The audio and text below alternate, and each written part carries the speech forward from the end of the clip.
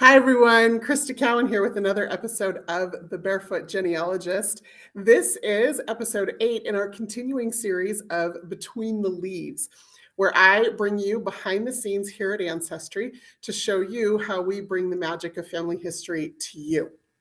Now, we just finished a series over the last several months about the journey of a record.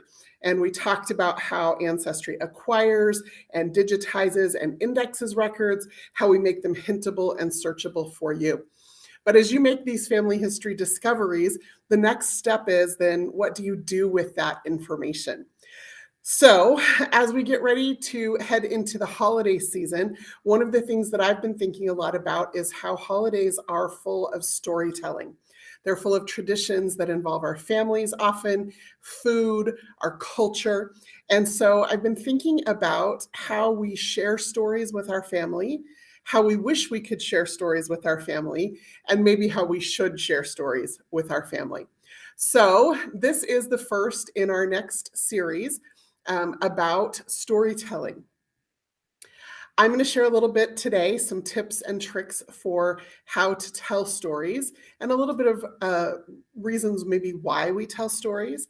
And then in the next episode, I will invite some of our story producers here at Ancestry to share how we craft stories here at Ancestry.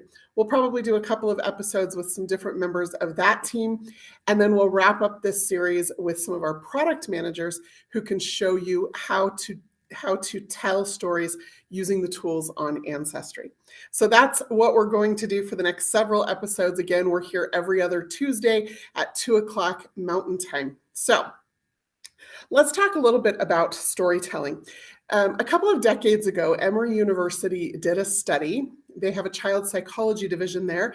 And what they were looking for was predictors of resilience and self-esteem in children. And one of the things that they discovered through this study is that the number one predictor of those things is children who grow up with a strong family narrative have higher degrees of self-esteem and resilience. That's fantastic. But then what is a family narrative? Well, family narratives are simply stories about who your family is, where they come from, and the things that they've experienced.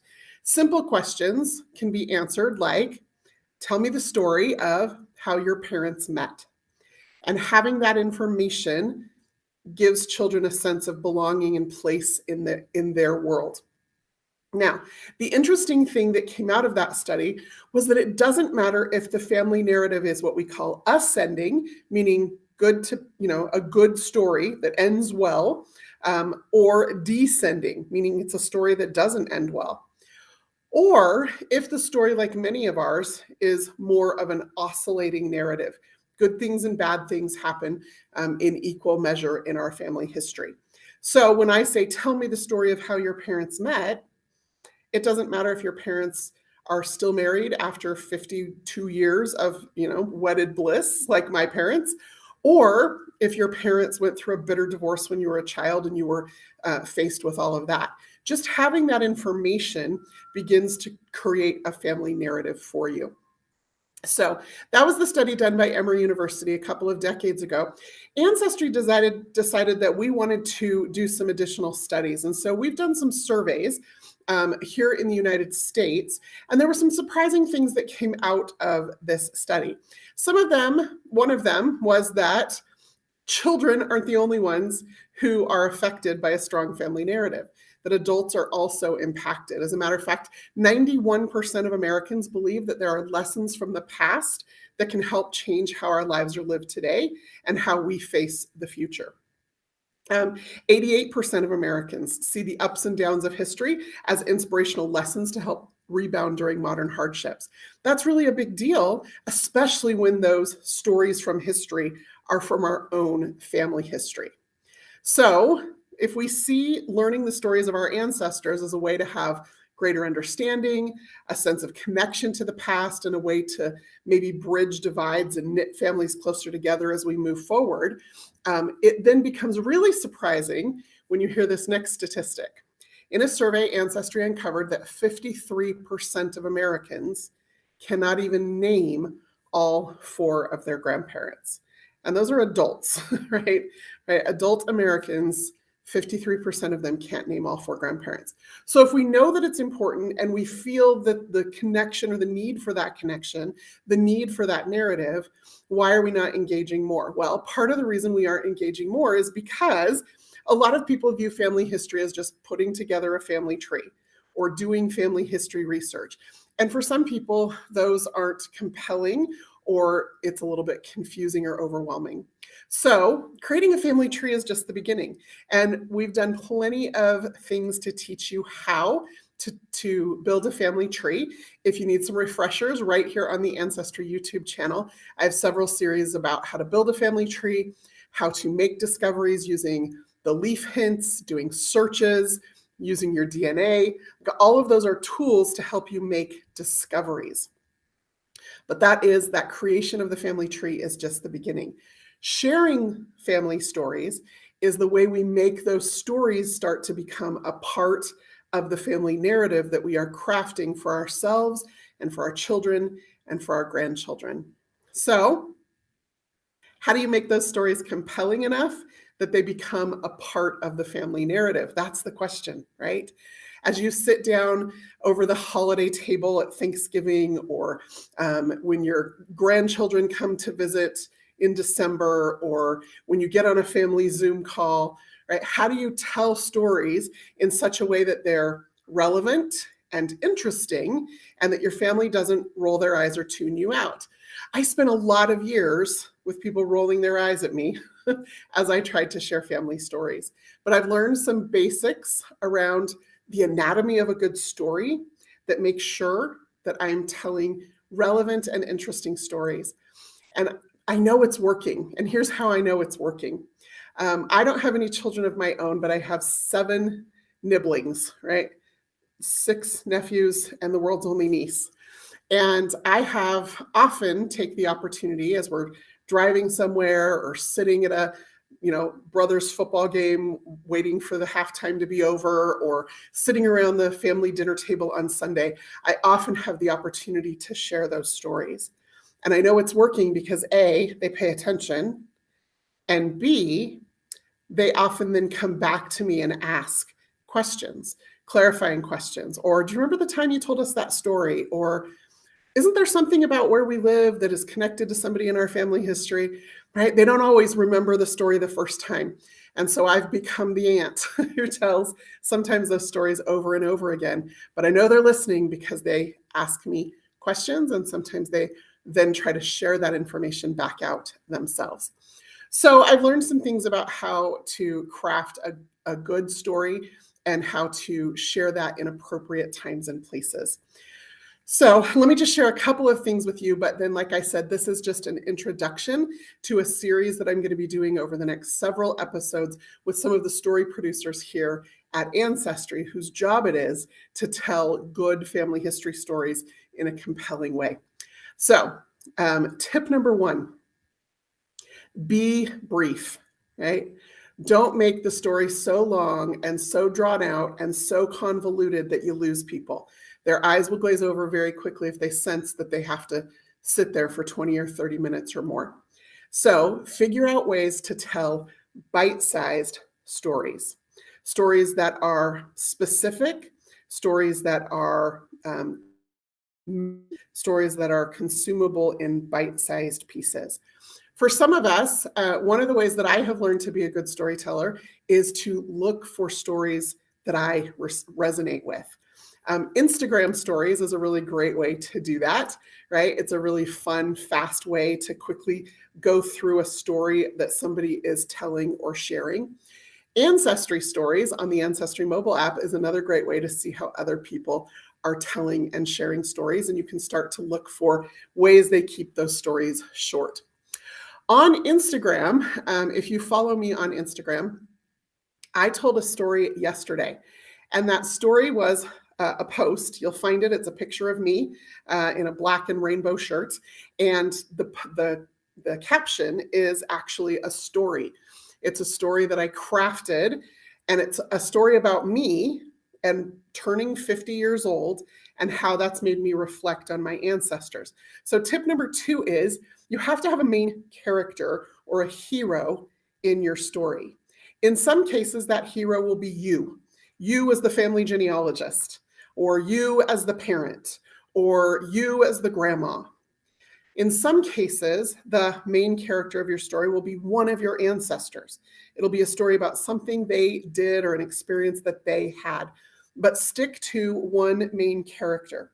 Oftentimes, we try to tell stories about too many people, and in storytelling, the more characters you have, the easier it is for people to get lost. So keep the story brief and select a main character.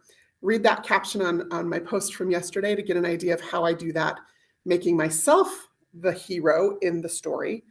And then I have some additional posts I'll share in my stories that I've shared in the past where I make an ancestor the hero of the story. You also have to make them relatable, right?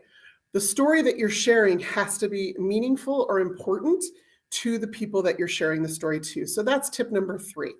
Tip number 3 is figure out a way to make the story that you're telling relatable to your audience. If I'm talking to my young niece and nephews, then I might tell a story about a time when their grandfather had to drop out of school, their great-grandfather had to drop out of school in the 3rd grade to go to work to help support his family at the age of 7, 8, 9 years old, however old. I think he was 8 or 9 years old. I might tell that story because it's relatable. It's something that they can connect with. If I'm telling a story to my older nephews, I might tell a story about how their grandfather worked to figure out what his major was going to be in college and where he was going to go to school. So again, brief stories, but make them relatable to the lives of the people that you're sharing those stories with. You may have wonderful, epic stories in your family history, and everybody has interesting stories if they dig enough, but you have to make the story relatable to your audience. So that's tip number 3. And then finally, tip number 4 is think about the story arc, right? Story arc is really simply where you want the story to start and where you want the story to end. And there needs to be some rising action in the middle, something interesting or attention grabbing or something tension related. What are the stakes of the story? So if I'm telling a story about a particular ancestor of mine who came from Scotland, immigrated to Canada, and then ended up down in the US, and then finally came out to Utah, it's a really boring story if I kind of tell it that way. So where do I want the listener to end up? What do I want them to know or think or feel? Think about those things so that you can kind of craft a story that's meaningful. In this case, I might tell that story a little something like this. In 1830, my 3 times great-grandfather had just married a woman, a widow with 2 small children. And he and this woman decided that together they were going to immigrate to Canada because Scotland was suffering some economic downturns and they wanted to start a new life together. And so they worked hard and they saved up enough money to immigrate to Canada. But the economic downturn hit his father's business so hard that the family was going to lose the business, and his siblings, who were still unmarried, were going to suffer and struggle. So together, he and his wife made the decision that they were going to give most of the money that they had saved for their immigration to his father to help save the family business. And that left them with only enough money to immigrate to Canada. That's it. Now, is there more to the story? Absolutely. Are there more characters? Are there more decisions? Are there more plot twists and turns? Absolutely. But I always want to share brief.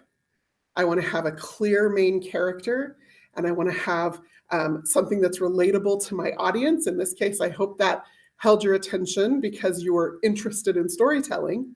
And I want to make sure that I have something of a story arc. In this case, where I want my audience to end up is understanding why my family now lives on the North American continent instead of in Australia. And I want them to understand the kind of character that this 3rd great-grandfather had as he made decisions that then impacted the rest of his life. because he was that kind of a man. So you don't have to moralize the story. I did just to kind of help you start to get the wheels turning in your brain, but I don't typically moralize the story when I'm telling it, but I wanted to share that with you so that you got a little behind the scenes peek. There are more behind the scenes coming. So I have 2 calls to action for you. Hopefully this isn't confusing. The first one is in the comments here on the video. I would love to hear from you. What are your biggest challenges when trying to find and share compelling family stories? So what are your biggest challenges when trying to find and share compelling stories? I want to hear all the questions and concerns and confusion that you have, because over the next several weeks, I'll be coming back here live every other Tuesday with members of the story producer team and the product teams here at Ancestry that are trying to help you tell better stories in your family history. And then I want you to put on your calendar March 2nd, 3rd, and 4th. That is when the Roots Tech conference will be happening. If you've never been to Roots Tech before, it has for over a decade been an amazing family history conference held here in Salt Lake City. It has been virtual for the last couple of years. This year, it will be back in person, March 2nd, 3rd, and 4th here in Salt Lake City. There will also be a virtual component to the conference.